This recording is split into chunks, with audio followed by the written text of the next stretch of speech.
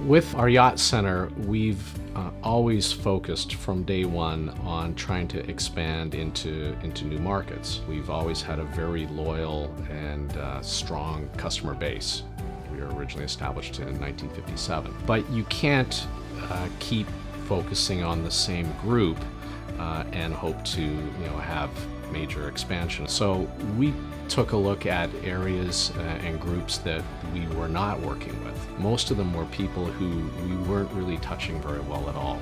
The key market that we're discussing today is the mainland Mandarin Chinese market of new immigrants to Vancouver.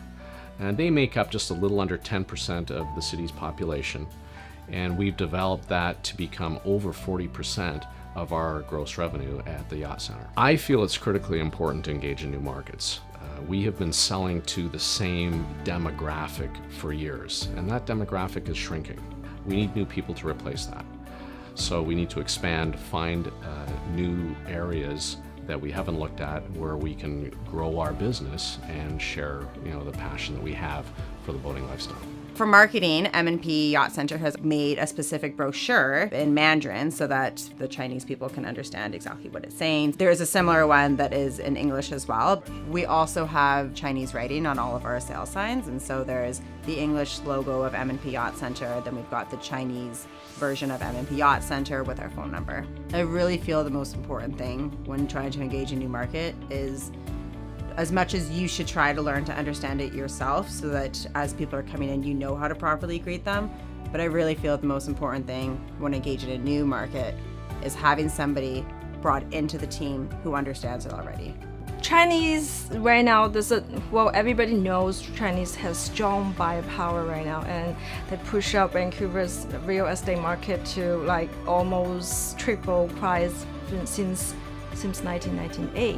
There's a lot of terminology in English about boating. So even they know a little bit English, that still it's hard to understand what is it. So yeah, they're pretty exciting to see me. They're comfortable talking to me, and I make them too exciting about boating. One of the most important things that I realized early on is you put yourself in the shoes of the person in the marketplace you are trying to address. For instance, at our events, we'll have food that we normally use. But if I'm in some foreign country and I go there and I see some Canadian or American food I like, I'm like, oh, this is amazing.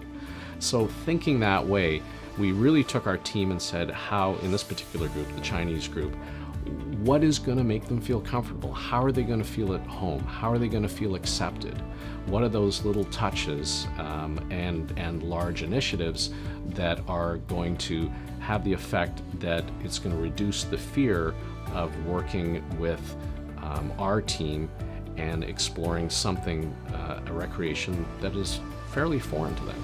One of the biggest ways that we obtain Chinese customers is through referrals and through word of mouth. It's a very close-knit community, and word travels quickly. And doing things, making sure that you're engaging with the customer and doing things that is making them feel like they're part of the boating community versus just sending them on their way. So really bringing them into the family, introducing them to other boaters, and making sure that you're doing events that cater to them.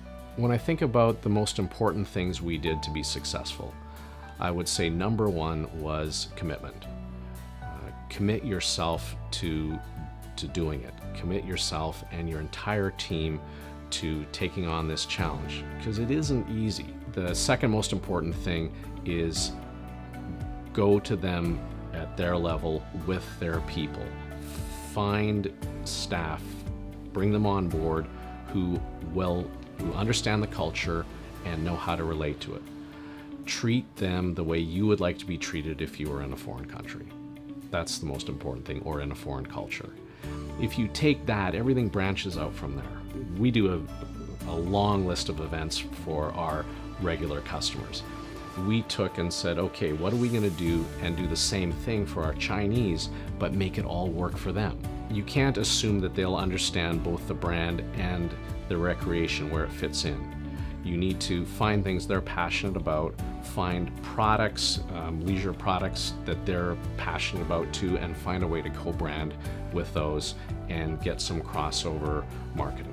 Everything from art expositions to music concerts to fashion shows, in addition to financial rewards of growing this segment of the business. One of the unexpected things is seeing how it's impacted the lives of people in a different culture in a way that you may not expect.